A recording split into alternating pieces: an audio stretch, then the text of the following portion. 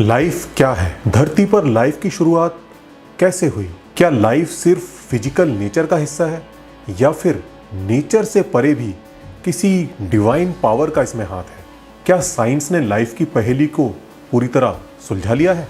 आखिर ये जो कमाल की चीज है जिसको हम लाइफ कहते हैं, हम इसको समझने के कितने करीब हैं? अगर यही कुछ सवाल आपके भी दिमाग में उठते हैं तो आज इस वीडियो में आपको इन सभी सवालों का जवाब मिलने वाला है। तो दोस्तों, बने रहिए इस वीडियो के अंत तक।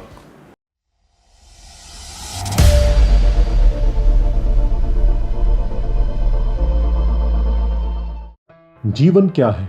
धरती पर जीवन की शुरुआत कैसे हुई? ये सवाल मानव इतिहास के कुछ सबसे पुराने सवालों में से एक है। अलग अलग दौर पर तमाम बुद्धिजीवियों ने इस सवाल का जवाब देने की कोशिश की है, लेकिन सभी का जवाब किसी न किसी तरह घुमा फिराकर किसी न किसी सुपर नेचुरल बीइंग पर आकर ठहर जाता है, जिसे आम भाषा में ईश्वर या फिर गॉड के नाम से जानते हैं। लेकिन यह जवाब वास्तव में कोई जवाब नहीं, बल्कि जवाब देने से बचने की कोशिश ज्यादा लगती है, क्योंकि वो हर चीज जिसको हम अभी समझने की स्थिति में ना हो, उस पर यह जवाब फिट किया जा सकता है। लाइफ क्या है? ये कहां से आई? ये सवाल मानव इतिहास के प्रारंभ से ही मानव जिज्ञासा का केंद्र रहा है। पर चूंकि इस सवाल का कोई भी सेटिस्फैक्टरी आंसर मौजूद नहीं था, तो सदियों से गॉड की थ्योरी से ही काम चलता रहा। अभी ये मात्र 1 शताब्दी पुरानी बात है, जब विज्ञान में हुई प्रोग्रेस ने हमें इस सवाल की दिशा में गंभीरता से बढ़ने का मौका दिया है। बीती शताब्दी के दौरान विज्ञान में हुई तमाम खोजों ने लिविंग ऑर्गेनिज्म कैसे काम करते हैं इसको समझने में हमारी मदद की है, और इसी के साथ हम इसको समझने की दिशा में आगे बढ़ रहे हैं कि धरती पर जीवन की शुरुआत किस तरह हुई होगी। 17वीं शताब्दी में एक इंग्लिश वैज्ञानिक रॉबर्ट हुक ने पहली बार माइक्रोस्कोप से बैक्टीरिया को देखा, जो कि जीवन का बेहद नन्हा रूप है। ये इतना छोटा है कि इसे हम अपनी नंगी आंखों से भी नहीं देख सकते। 19वीं सदी में यह साफ हो गया कि धरती पर जीवन के सभी रूप, फिर चाहे वो हम हो या फिर कोई पेड़ या फिर कोई हाथी, सभी जीवन के इन छोटे छोटे रूपों से ही मिलकर बने हैं, जिन्हें हम सेल्स या कोशिका कहते हैं। इसने हमें जीवन क्या है को समझने का एक रास्ता दिखाया। अगर हम ये समझ लेते हैं कि एक लिविंग सेल कैसे काम करता है, तो शायद हम ये भी समझ पाएं कि जीवन क्या है और ये कैसे काम करता है। और शायद तब हमें इस सवाल का जवाब भी मिल जाए कि ये किस तरह अस्तित्व में आया होगा।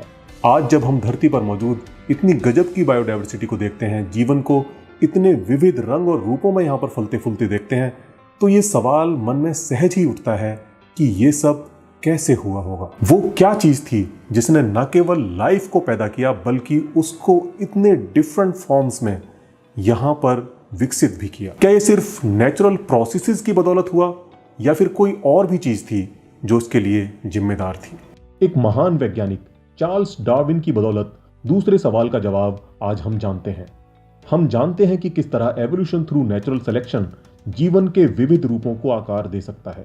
इसके तमाम सबूत आज विज्ञान के पास मौजूद हैं, जो ये बताते हैं कि धरती पर जीवन एक लंबी विकास यात्रा है। धरती पर जीवन का स्वरूप हमेशा से ऐसा नहीं था जैसा कि आज हम देखते हैं।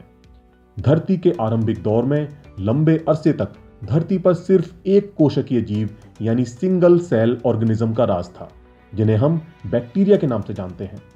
जो भी जीवन आज हम अपने आसपास देखते हैं, पेड़ पौधे, जानवर, कीट पतंगे, ये सब बहुकोशिकीय जीवन है, जो कि बहुत बाद में तकरीबन 60 करोड़ साल पहले ही विकसित हुए हैं। धरती के शुरुआती दौर में मौजूद वो साधारण सा सिंगल सेल ऑर्गेनिज्म, जिसे साइंटिस्ट ने लूका का नाम दिया है, ही आज मौजूद सभी जीव प्रजातियों का पूर्वज है। लूका का मतलब है लास्ट यूनिफाइड कॉमन एंसेस्टर।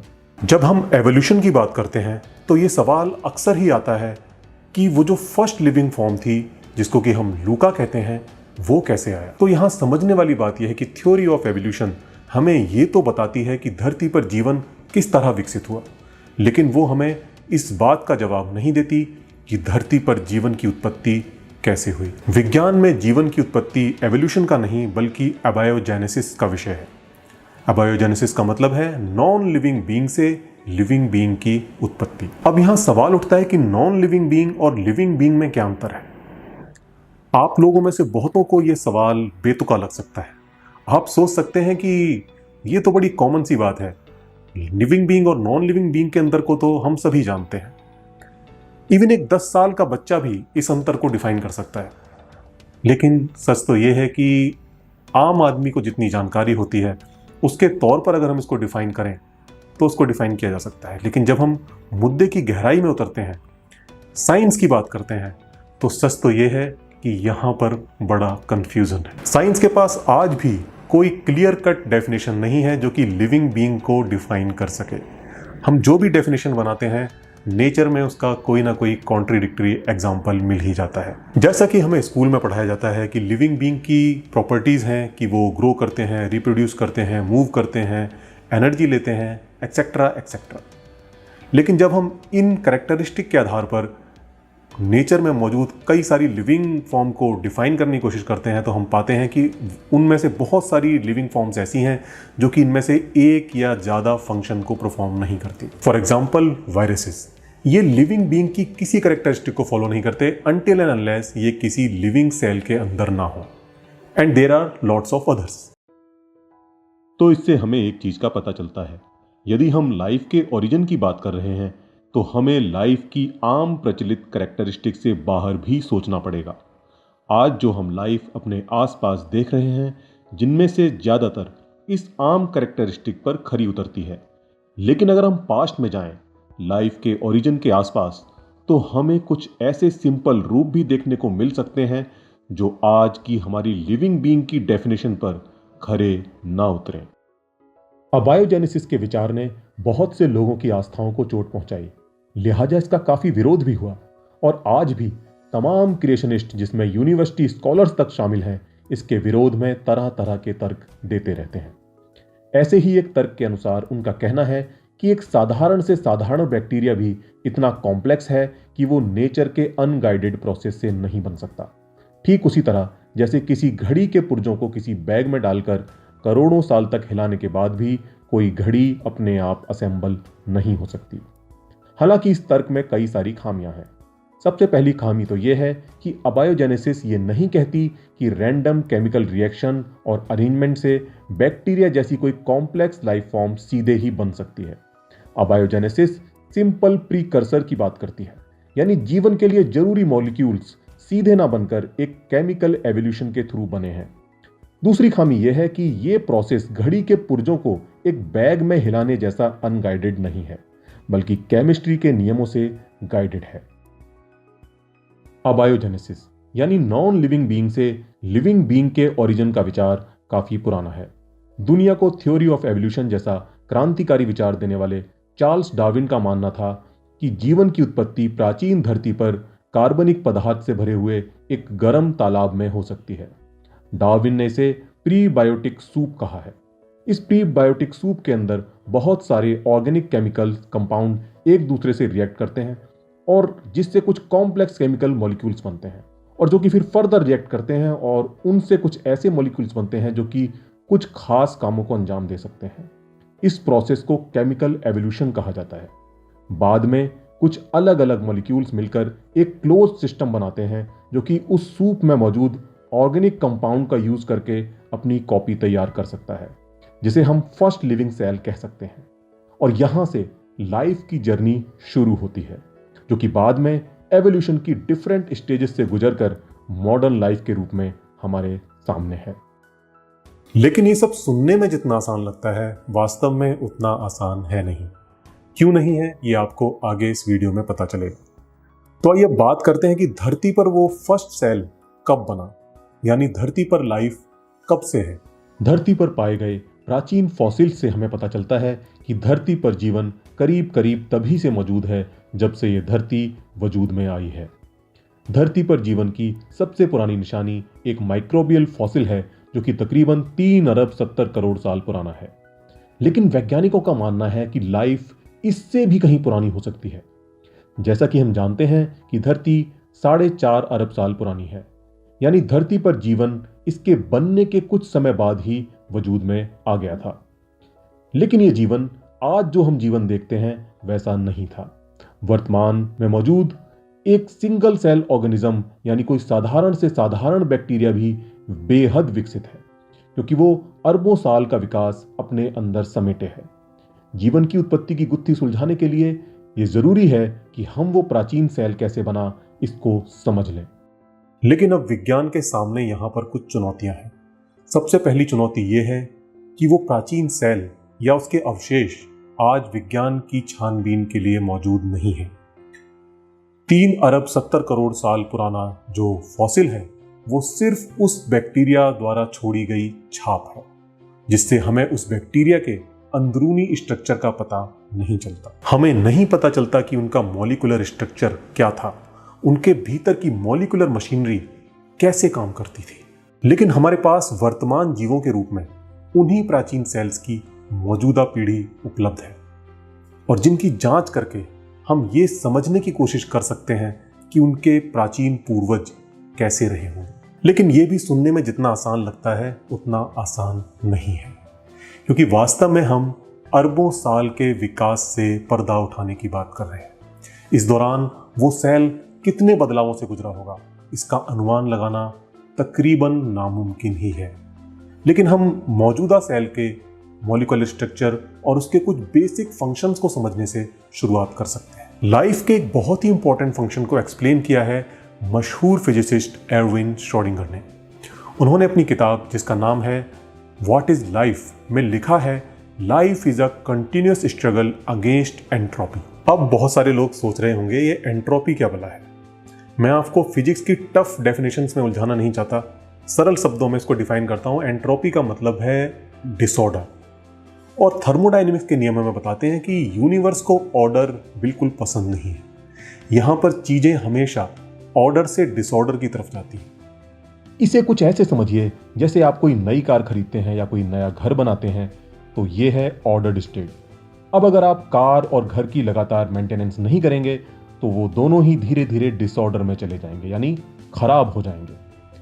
ठीक इसी तरह एक लिविंग सेल भी लगातार खुद को एंट्रोपी यानी डिसऑर्डर के खिलाफ मेंटेन करता रहता है।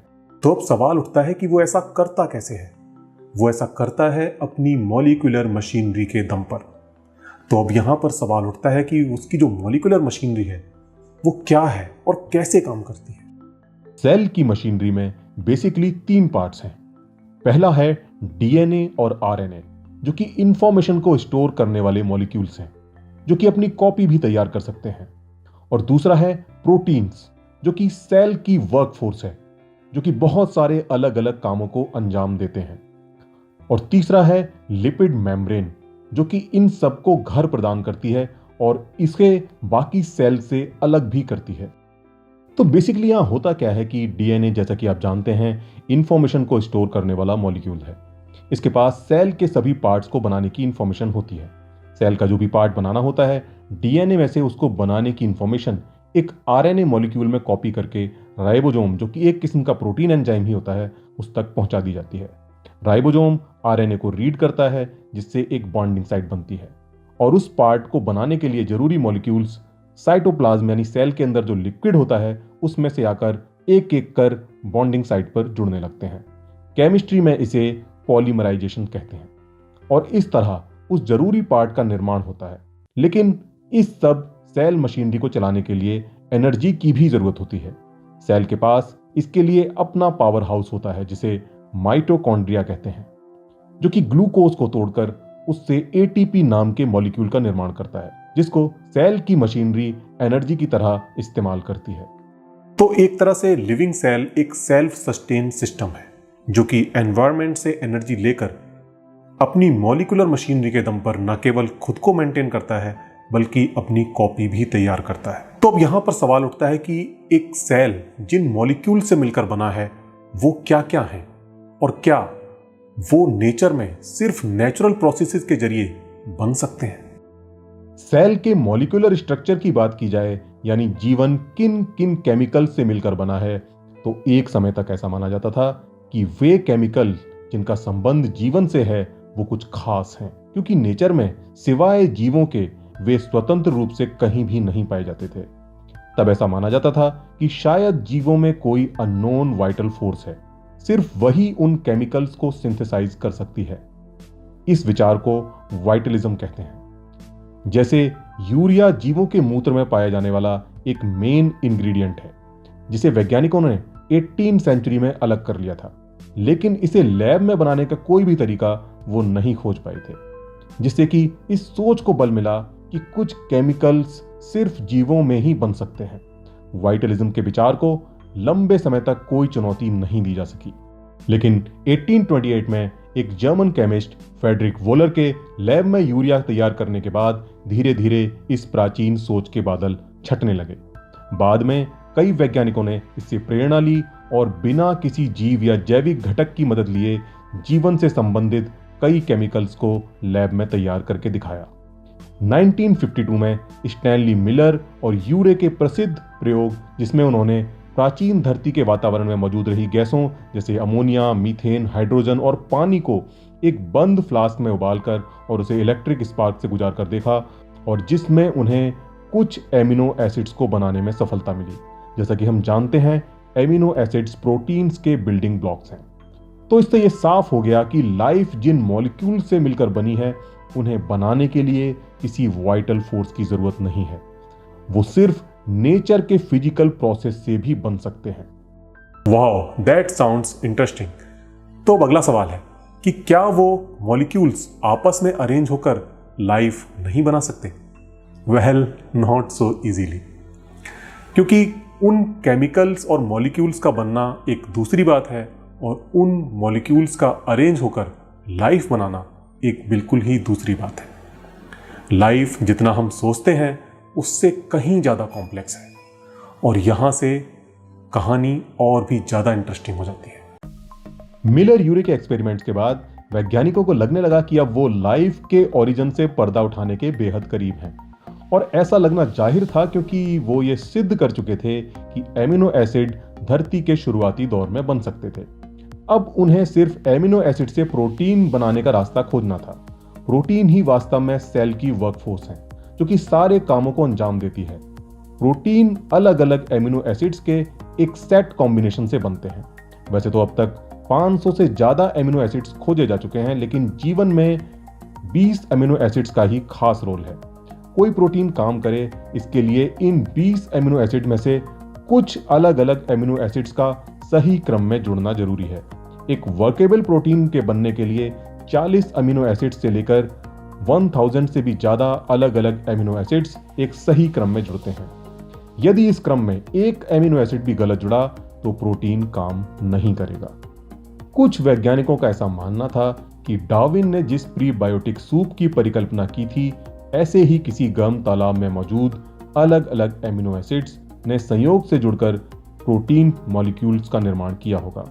लेकिन इसमें बहुत सारी अड़चनें हैं। जैसा कि अभी हमने देखा कि प्रोटीन के बनने के लिए जरूरी एमिनो एसिड्स का एक सही क्रम में जुड़ना जरूरी है।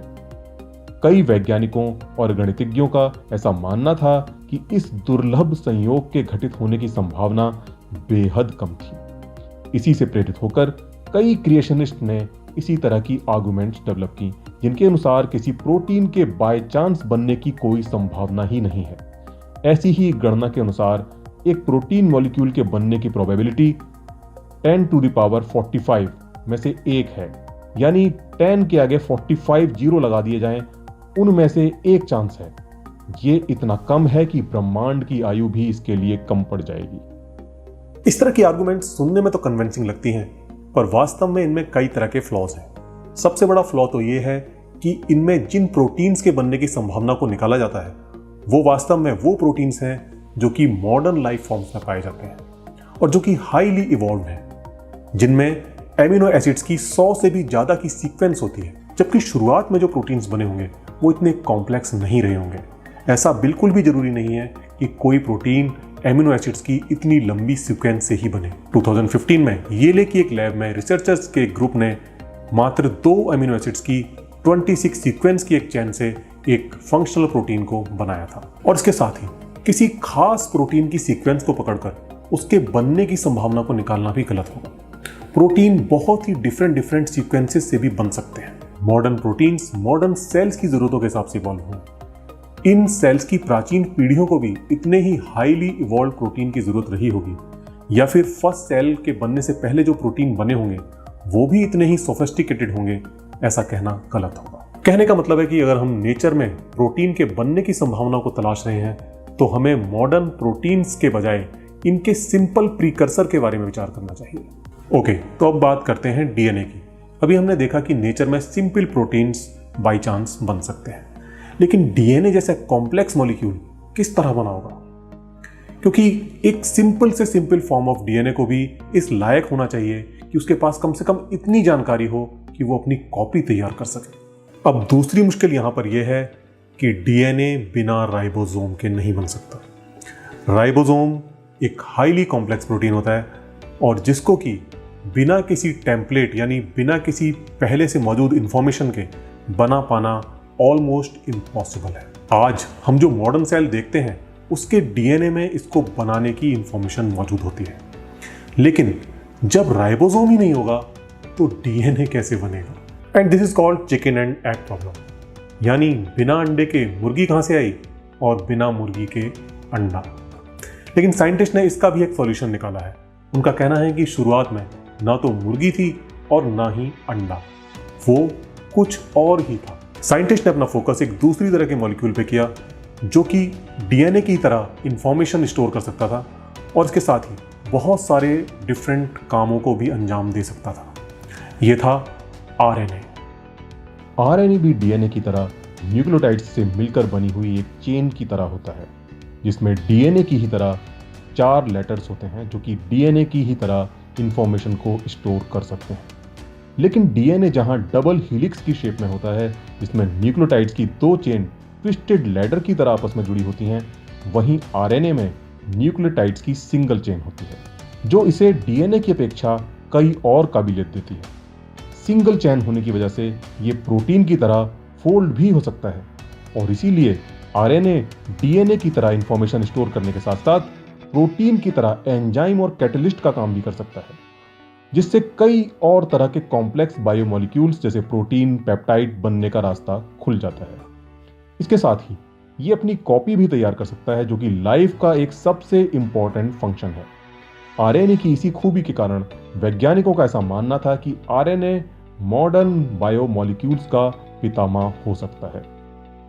अबायोजेनेसिस की इस थ्योरी को आरएनए वर्ल्ड हाइपोथेसिस कहते हैं, लेकिन इससे पहले कि इस हाइपोथेसिस को विश्वसनीय माना जाए, साइंटिस्ट को यह साबित करना जरूरी था कि प्रिमिटिव अर्थ कंडीशंस में आरएनए चेन्स बन सकती है।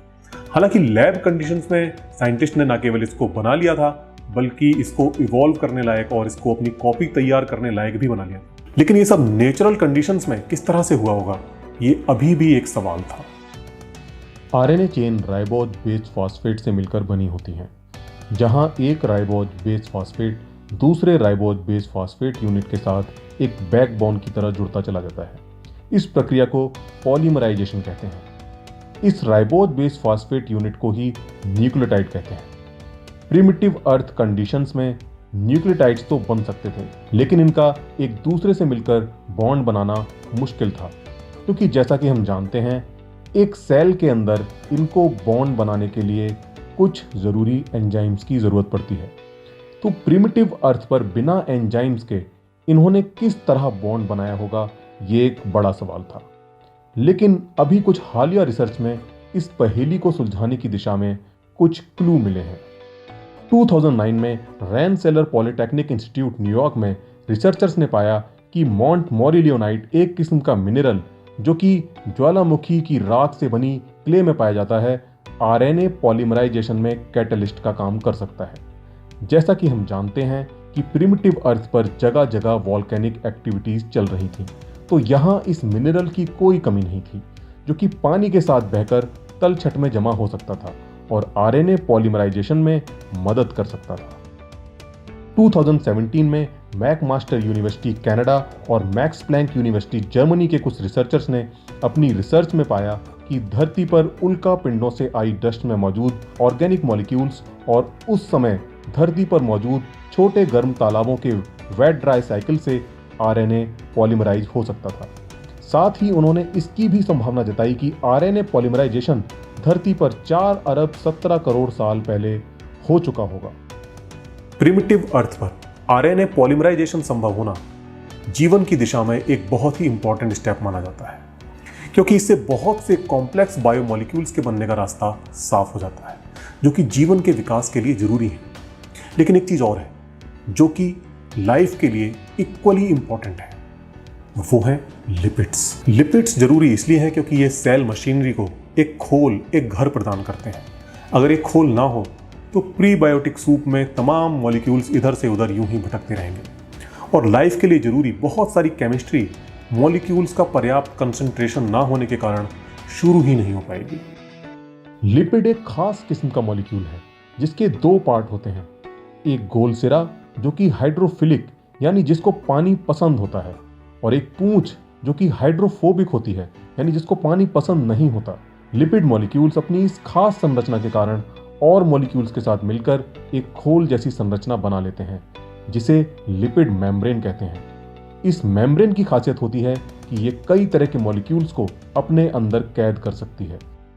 तो अब सवाल उठता है कि प्रिमिटिव अर्थ पर लिपिड्स किस तरह से बने होंगे। एक समय तक माना जाता था कि लिपिड्स केवल लिविंग सेल्स में ही बन सकते हैं, लेकिन पिछले कुछ सालों में वैज्ञानिकों ने कई ऐसे तरीकों को खोजा है जिससे ये लिपिड्स प्रिमिटिव अर्थ पर भी बन सकते थे। जैसे वैज्ञानिकों ने पाया कि अगर कार्बन मोनोऑक्साइड और हाइड्रोजन को कुछ मिनरल्स जो कि प्रिमिटिव अर्थ पर पाए जाते थे के साथ गर्म किया जाए तो लिपिड्स बन सकते हैं। प्रिमिटिव अर्थ पर मौजूद हाइड्रोथर्मल वेंट्स इन शर्तों को पूरा कर सकते हैं और लिपिड्स के बनने का रास्ता साफ कर सकते हैं। ग्रेट, लेकिन यहां पर एक छोटी सी दिक्कत है। पानी में मौजूद सोडियम और मैग्नीशियम आयन जो कि उस समय की वाटर बॉडीज में मौजूद रहे ही होंगे, लिपिड मेम्ब्रेन के जानी दुश्मन है, जो कि लिपिड मेम्ब्रेन को बनने से पहले ही तबाह कर सकते हैं। और साथ ही सेल मशीनरी को अपने कामकाज के लिए इन आयंस की जरूरत भी है। तो फिर आखिर ये दोनों किस तरह से साथ आए होंगे।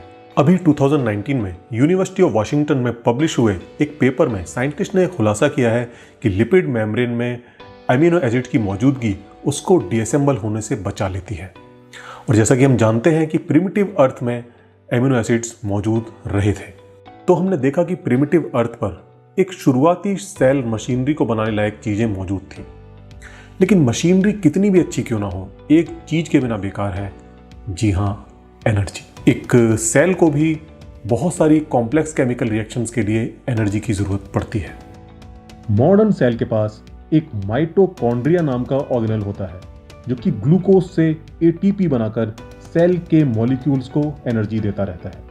लेकिन माइटोकॉन्ड्रिया कई कॉम्प्लेक्स एंजाइम से मिलकर बनता है और जिसका शुरुआती दौर में बन पाना संभव नहीं है। तो शुरुआती दौर में बिना माइटोकॉन्ड्रिया के मॉलिक्यूल्स को ये एनर्जी कहां से मिली होगी। कुछ साइंटिस्ट का ऐसा मानना है कि प्रिमिटिव अर्थ पर समुद्र में मौजूद हाइड्रोथर्मल वेंट्स जो कि मिनरल्स के जमाव के कारण पाइप जैसी शेप बना लेते हैं, उनमें से हाइड्रोजन आयंस का लगातार प्रवाह होता रहता है जो कि मॉलिक्यूल्स को केमिकल रिएक्शन के लिए एनर्जी उपलब्ध करा सकते हैं। ओके, तो अब हमने लाइफ की पहेली के सभी बड़े टुकड़ों को जोड़ लिया है। हमने जाना कि जैसा कि पहले समझा जाता था कि लाइफ की केमिस्ट्री नॉर्मल केमिस्ट्री से अलग है, वैसा नहीं है। लाइफ की केमिस्ट्री भी फिजिकल यूनिवर्स के उन्हीं नियमों से गवर्न है जिससे कि कोई भी नॉन लिविंग थिंग या केमिकल। हालांकि अभी भी वो first living cell step by step किन किन प्रोसेसेस से गुजर के बना होगा, इसका कोई भी सीधा जवाब किसी भी वैज्ञानिक के पास नहीं है। और ऐसा होना स्वाभाविक है, क्योंकि जैसा कि मैंने शुरू में ही बताया कि हमारे पास उन शुरुआती सेल का कोई भी नमूना जांच के लिए मौजूद नहीं है। हम सिर्फ मौजूदा सेल जो कि अरबों साल के विकास को अपने अंदर समेटे हैं, उनके प्रोसेसेस, उनके स्ट्रक्चर को समझकर प्रिमिटिव अर्थ कंडीशंस में उस फर्स्ट सेल के बनने के प्रोसेस को समझने की कोशिश कर रहे हैं। ये कुछ ऐसा है जैसे कि आज से 500 साल पहले के इंसान किसी मॉडर्न जंबो जेट के बनने की प्रक्रिया को समझने की कोशिश करें। जरा सोचिए, आज से 500 साल पहले के इंसानों के सामने यदि कोई मॉडर्न जंबो जेट रख दिया जाए तो वो उसकी मशीनरी और वो टेक्नोलॉजी जिससे वो बना है, उन सब चीज़ों को समझने में उनको कितना समय लगेगा। क्या मात्र जेट के कलपुर्जों की जांच करके वो उन शुरुआती तकनीकी चरणों का खुलासा कर सकेंगे जहां से वो तकनीक विकसित होना शुरू हुई थी?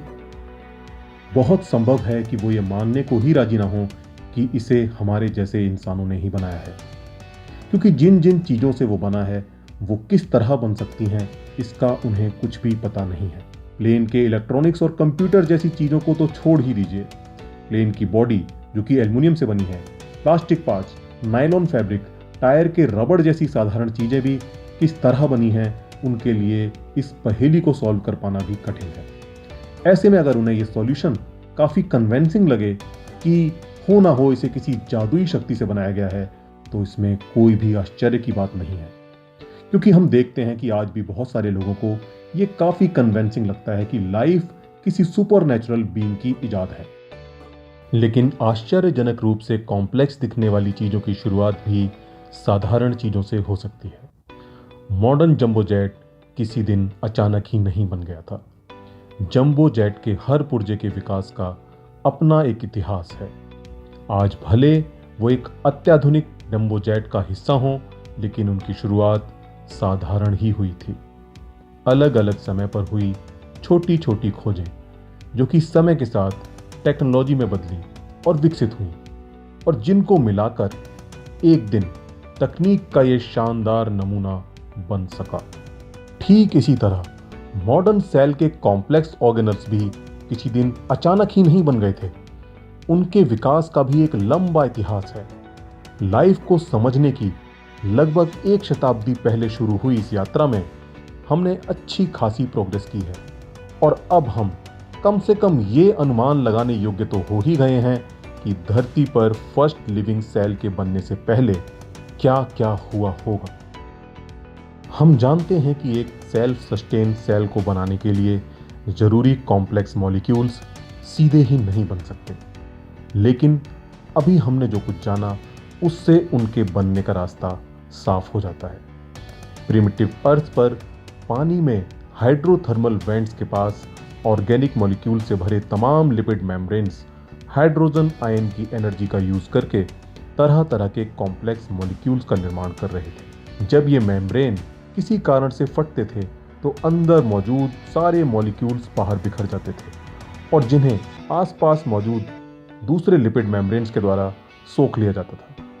और फिर यही सिलसिला बार बार दोहराया जाता रहा, और लगातार जारी इसी सिलसिले ने एक दिन एक ऐसे सेल को जन्म दिया जो कि अपने आसपास मौजूद चीजों का उपयोग कर अपनी कॉपी तैयार कर सकता था। ये सेल आज मौजूद किसी भी सेल से अलग था, और यही धरती पर मौजूद हर जीव का, हम सब का पूर्वज था।